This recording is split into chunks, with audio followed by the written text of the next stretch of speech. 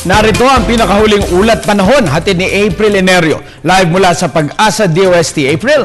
Salamat, Attorney Mark. Sa ating balita, umiiral na naman ang tail end of a cold now, habang may northeast monsoon naman sa Luzon at Visayas. Kaya sa lagay ng panahon ngayon hanggang bukas, ang Davao Region at Sorsogon ay makakaranas ng moderate to heavy rains at thunderstorms na maaaring magdulot ng pagbaha at pagguho ng lupa. Habang natitirang bahagi ng Mindanao ay makakaranas naman ng light to moderate rain showers or thunderstorms. Dito sa Eastern Visayas, Bicol Region, Cagayan Valley at mga probinsya ng Aurora at Quezon ay makakaranas naman ng mahihinang pag-ulan. At dito sa Metro Manila at natitirang bahagi ng bansa ay maganda naman panahon maliban na lamang sa mga dagliang mahihinang pag-ulan.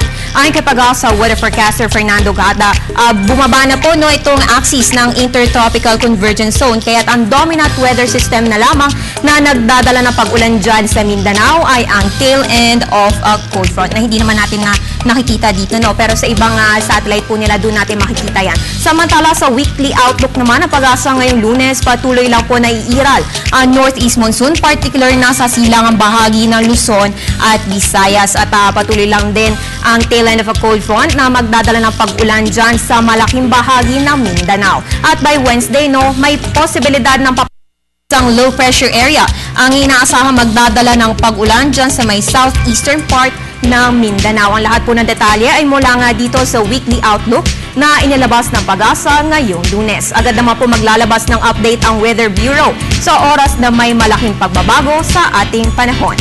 Sa iba pang balita, nasa ilalim pa rin ng gale warning ang malaking bahagi ng mga baybayin ng bansa. Kasama dito ang buong seaboards ng Luzon, pati maging sa eastern seaboards ng Visayas at Mindanao. Kaya patuloy po ang ating pag-aabiso na delikado ang maglayag lalo na sa maliliit na sasakyang pandagat at iba yung pag-iingat naman para sa malalaking sea vessels na maglalayag. Samantala, nagtataka bakit grabe ang pagbaha dyan sa may Davao, Meron pong sagot ang Pag-asa sa katanungan na yan.